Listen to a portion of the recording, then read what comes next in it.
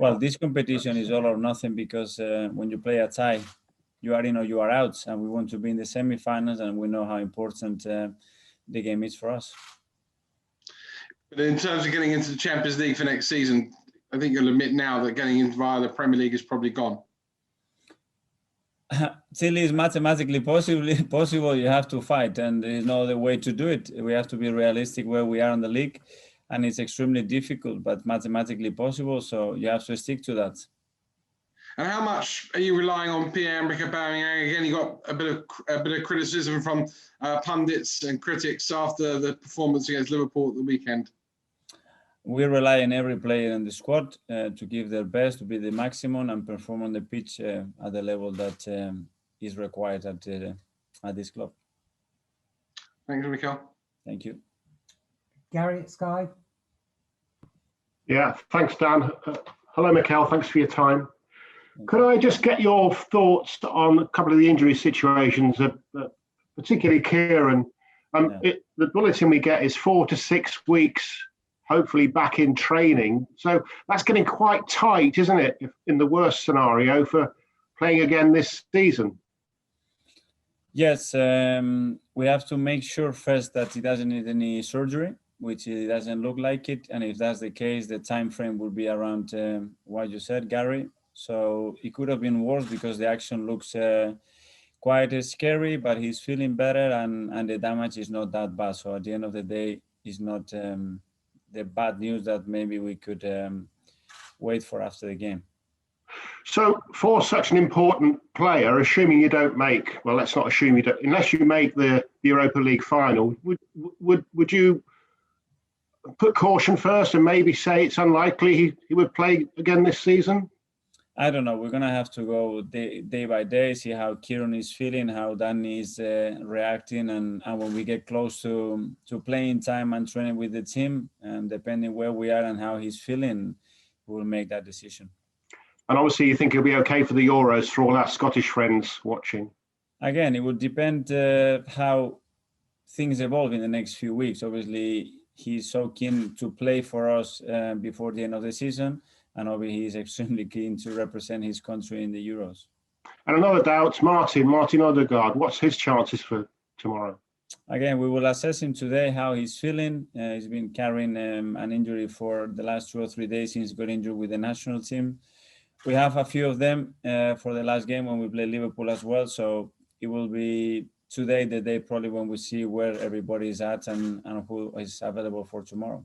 And just finally, better news, it seems, with Saka, Smith Rowe and Granit Xhaka. Yes, again, but today is the day when they're going to be training fully with the team and they see how they feel. Thank you. Thank you. Charles? Hi, Mikel. I just wanted to ask about Lucas Torreira, Mikel. He's obviously been in a very emotional time the last couple of weeks, a sad time of him and his family. I was just wondering if the club or you have reached out to Lucas to kind of find out how he's doing and help him during this tough time. Yeah, of course. We contact him. We have spoken to him, and we know how difficult time this is for him. He was really attached to his mom. He's really attached to his family, and hard times for him. With emotionally, there is a lot of thoughts and things that go through your mind, and tranquilo, when things are like that, is not the moment to make decisions. Yeah, because he's been very public in the aftermath of what's happened about his desire to return to South America and join Boca Juniors. I mean, I'm sure you've read the comments. How can you understand how he wants that move at the moment and how he's feeling? I understand how he's feeling emotionally, probably his need and responsibility to be closer to his family. But it's not the moment to make any decision. Certainly, it's a decision that has to be made by different parties, and now nothing is going to change. So it's just an interview, some comments, and let's wait what happens. Yeah, I think he's still got a couple of years left on his contract, and Boca's finances are perhaps not what couldn't really stretch to what Arsenal would want. How difficult would it be to find a balance between meeting a player's emotional desires and maybe the club's financial needs? It's something very common because players go through different stages in their careers and different emotional moments. And these things happen and we have to deal with that. We know that when you recruit a player from a foreign country, when they have that struggle sometimes to adapt to a new culture and a new language, a new way of doing things, this risk is there, and then you have to be able to manage that risk and make the right decisions at the right time. Thank you, Mikel. Thank you. Jim? Hi, Mikel. Mikel, I just want to ask you about William in terms of his progression this year. Before Christmas, his form was very good, but he hasn't really featured that much after Christmas. Are you happy with Williams in terms of his first year at Arsenal, or do you think he's fulfilling his potential? We all know Williams' potential. I think we can reach a higher performance level because his potential is so big. He needs the contribution to the team and the team to be stable in order to provide what he needs to express himself on the pitch. It's true that in recent weeks we've seen a much better version of him, and his contribution when he's playing has been really positive. So it's going to be crucial, his form, for the performance on the team in the last 2 months. Cheers, Mikel. James? Hi, Mikel. I'd just like to ask you a little bit more about Kieran. Obviously, he's so important to the way you build up. I think he's your leading chance creator. Is this going to necessitate a change of system, a change of how you build your attacks without Kieran over the next few months? Yeah, we're going to have to make some adjustment because his qualities are unique, and we don't have anybody to replace these qualities within the squad unless we start to move a lot of pieces, which without any time to train is a little bit dangerous to do. But we're gonna have to find different ways to fulfill that gap and use other things that can be as effective as well. I'm sure Bukayo is someone you view as one of those options. When you consider making a change like that, do you worry that you're going to imbalance your team then in two positions by not having the same player of Tierney standards and then missing out on Bukayo on the right wing? That's the reality. You have to change something. You have to find a different way of attacking. At the same time, the structure when you are defending and in transition moments has to be stable and have to be done by players that are comfortable by doing that. We knew that position was a weakness around the squad because we didn't have anybody to replace him. And we have to find different solutions. You were looking in January. Was it just that there wasn't a deal that was the right deal to make at that time? We could not do anything on that window. We decided to let Kolasinac out on loan as well, and it's a decision that we made. Thank you. George? Thanks, Mark. Hello, Mikel. Mikel, if you play like you did on Saturday night, do you think you'll go out of this competition?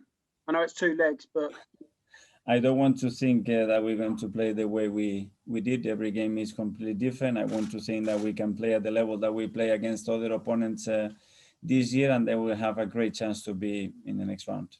are you pulling your hair out as to why sometimes you can play so well and then a couple of weeks later you can play so different? Yes, I do. It's my job to find that, and it doesn't happen again.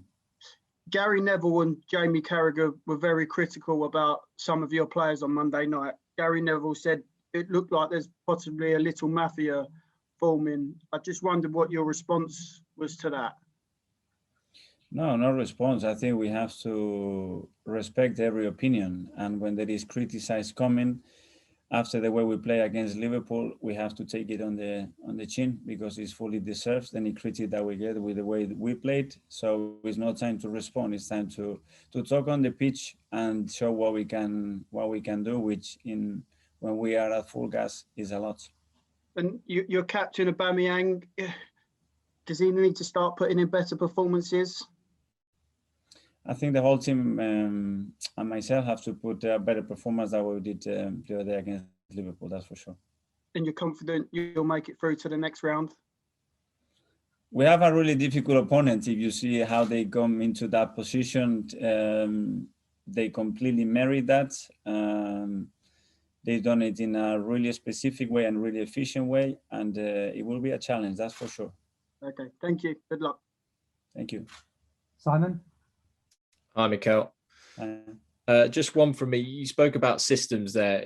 is the back three is still a system you look at, or has the team moved on from that and you don't see them playing that anymore? The team has to have the flexibility to adjust when it's needed. Sometimes because of what the opposition is doing, sometimes just to adapt the quality of the players that we have, sometimes because opponents cannot just predict exactly what we're going to do. So there are different ways, and we have to be flexible to that. Thanks, Mikel. Thank you. James? Hi, Mikel. Was touched on already with the Gary Neville comments, but I mean it was a bit of a character assassination of some of your players. I mean, he was saying they weren't showing the right attitude, that you, Mikel, that you would feel it was me or them this summer. I mean, is that how you feel? Does it feel that critical? Listen, I don't read or listen. Obviously, I need to be aware of what is being said. The only thing I'm saying, whether it is the one from Gary or James or whoever is talking about us, and after the performance that we had against Liverpool, we have to be in mute and we have to perform, and that's the only thing that we have to do. Have you seen the reaction you want in training in the days since that game? Absolutely, yes. In what way does that manifest itself? Is it a harder work ethic? Have they talked about it? How does that play out? I cannot criticize the hard work or the ethic of my players. I have never done it. Whether we are more efficient or not, whether we win enough duels or not, it's not about they don't want to run, they don't want to try. There are areas where we have limitation. There are areas where we are inconsistent, but there are areas where we can do really, really well. And my demand is just to be hitting those goals and to achieve our best level every single day, whether it's in training or a football game. And the last 2 days, again, I've seen that.